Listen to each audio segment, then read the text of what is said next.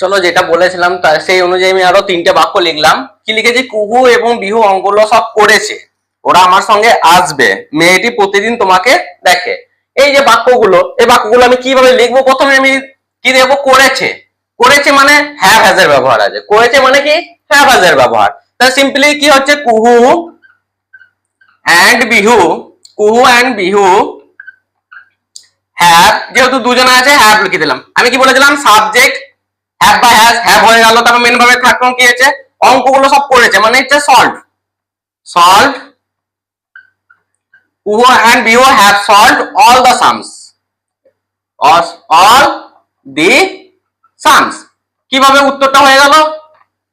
কুহু কুহু এবং বিহু অঙ্কগুলো সব করেছে, তাহলে কুহু and Bihu have solved all the sums। তাহলে সাবজেক্ট হয়ে গেল, এই যে হ্যাভ পেয়ে গেলাম, মেন ভার্বের থার্ড ফর্ম পেয়ে গেলাম, মেন ভার্বের থার্ড ফর্ম পেয়ে গেলাম, আর এটা আদার পার্ট। আমি যেই ফরম্যাটটা বলেছিলাম ফরম্যাটের বাইরে বেরোচ্ছে না। এরকম ভাবে যে কোনো ট্রান্সলেশন করা সম্ভব। ওরা আমার সঙ্গে আসবে, এটা কি বলেছি? আসবে মানে করবে কাজটা, মানে হচ্ছে কি? করবে। তাহলে কি? They will come with me, they will come with me, ওরা আমার সঙ্গে আসবে।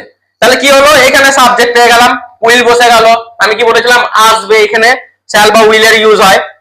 উইল বসে গেল, মেন ভার্বের ফার্স্ট ফর্ম পেলাম, মেন ভার্বের ফার্স্ট ফর্ম পেলাম, তারপরে আদার পার্ট হয়ে গেল। মেয়েটি প্রতিদিন তোমাকে দেখে, দা গার্ল দেখে। দা গার্ল দেখে মানে কি হচ্ছে? এটা আসবে, এটা কি করেছিলাম? আসবে মানে কাজটা হবে। দেখে মানে এটা করে, সাধারণ কাজটা যেটা বলছেন করে। মেয়েটি প্রতিদিন তোমাকে দেখে, the girl looks at you every day, looks at you every day। মেয়েটি প্রতিদিন তোমাকে দেখে, the girl looks at you every day হয়ে গেল। দা গার্ল আমার সাবজেক্ট পেয়ে গেলাম, লুকসটা ওই ডাস যোগ করা আছে এখানে, লুকস পেয়ে গেলাম ভার্ব, এখানে এটা মেন ভার্ব পেয়ে গেলাম, মানে মেন ভার্বের ফার্স্ট ফর্ম পেয়ে গেলাম, মেন ভার্বের ফার্স্ট ফর্ম, ডাস যোগ করা আছে, আর এটা আদার পার্ট, এটা আদার পার্ট। তাহলে যে কোনো ট্রান্সলেশন লেখা সম্ভব যদি আমার এই ভিডিওটা মানে আগের ভিডিওটা যদি ফলো করো। আমি এটা পার্ট 2, ভিডিও পার্ট 2 করলাম एग्जांपल লিখে।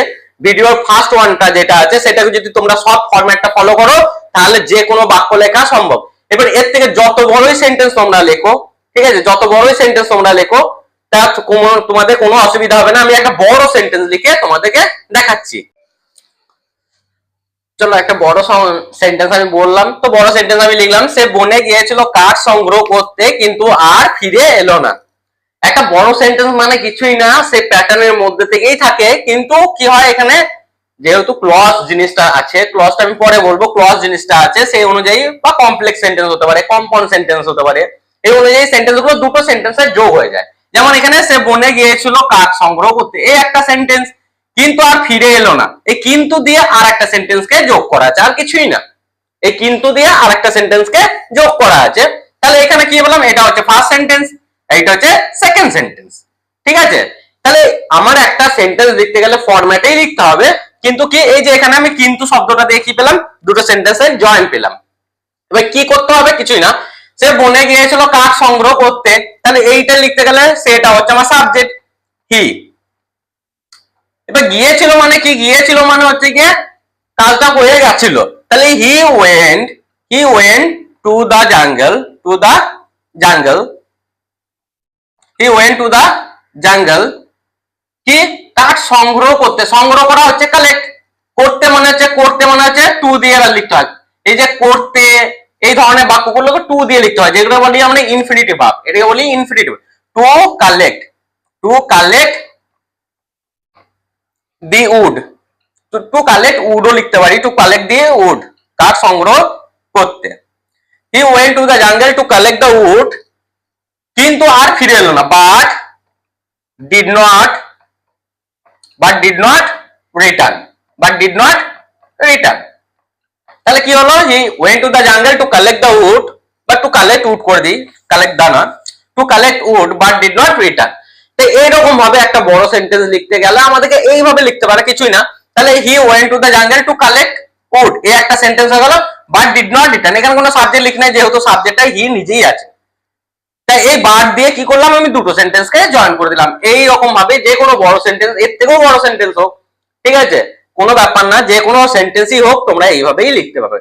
তাহলে কি লিখলাম, এর বাইরে কোনো, এটা সাবজেক্ট পেলাম, এটা পেয়েছিলাম ভার্ব, ঠিক আছে, এটা পেয়েছিলাম ভার্ব, এটা ভার্বের সেকেন্ড ফর্মে আছে, এটা ভার্বের সেকেন্ড ফর্মে আছে, এটা আদার পার্ট, এটা পুরো আদার পার্ট।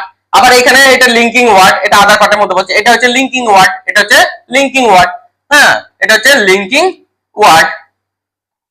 এই লিঙ্কিং ওয়ার্ডের পর আবার সেকেন্ড, এইখানে সাবজেক্টটা উজ্জ্বল আছে হি, এখানে সাবজেক্টটা উজ্জ্বল আছে হি, আর এখানে হচ্ছে এটা অক্সিলারি ভার্ব বা ভার্ব পার্ট, এটা হচ্ছে ভার্ব পার্ট।